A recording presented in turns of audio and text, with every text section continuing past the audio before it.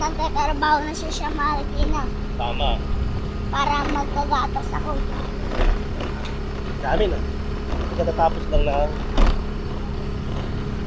Oh guys, ano guys? Wala bang kwento dyan guys? Paano? Meron pa. Oh, sige. Meron pang mga ilog dito, tsaka dagat. Yun, ang gusto kong puntahan At dito tsaka yung ilog malapit sa dagat. Saan yun? Diyan bandang lapit-lapit nga eh. Ang lapit pa sa bahay natin eh. Okay. Pwede naman tayo maglakad o magmotor. Okay. Ang lapit-lapit. Guys. Good guys, oh, dyan banda. Dali guys. Saan? Nandun guys, oh. Malapit dito guys. Yan, buti hindi ka natakot sa dagat. Buti hindi ka natakot sa dagat, Franz. Ito guys. Oh, wow. Ito guys, malapit dito. Diba dito?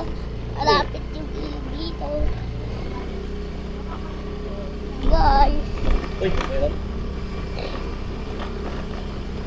Hello guys. Hello. Hindi ka lang nakatayo maasyado. Kailangan talaga dyan. Ah, At saka dapat ang unang... Ayan, dyan yung sabi ko sa'yo, Matt. Naglilito kami. Yan, yan, oh. Yun, mga baboy yun. Makita mga baboy na yun. Dyan yung mga baboy na yun, sabi mo. papapunta natin. Hindi naman, hindi na sa kanila yan. Doon kami naglilitsyon.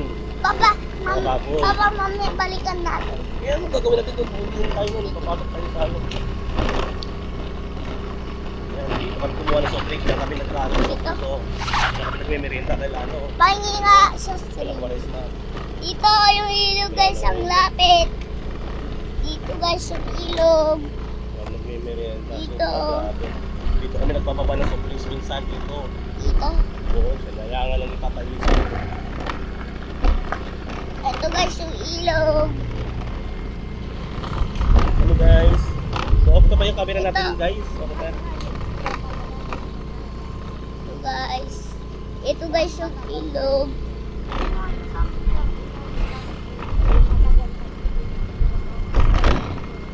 Saan?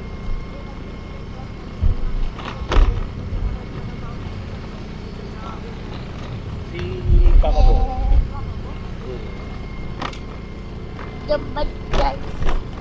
Guys, dito yung ilog namin. Yeah. Ilog nyo yan? Ang Oo. yaman mo!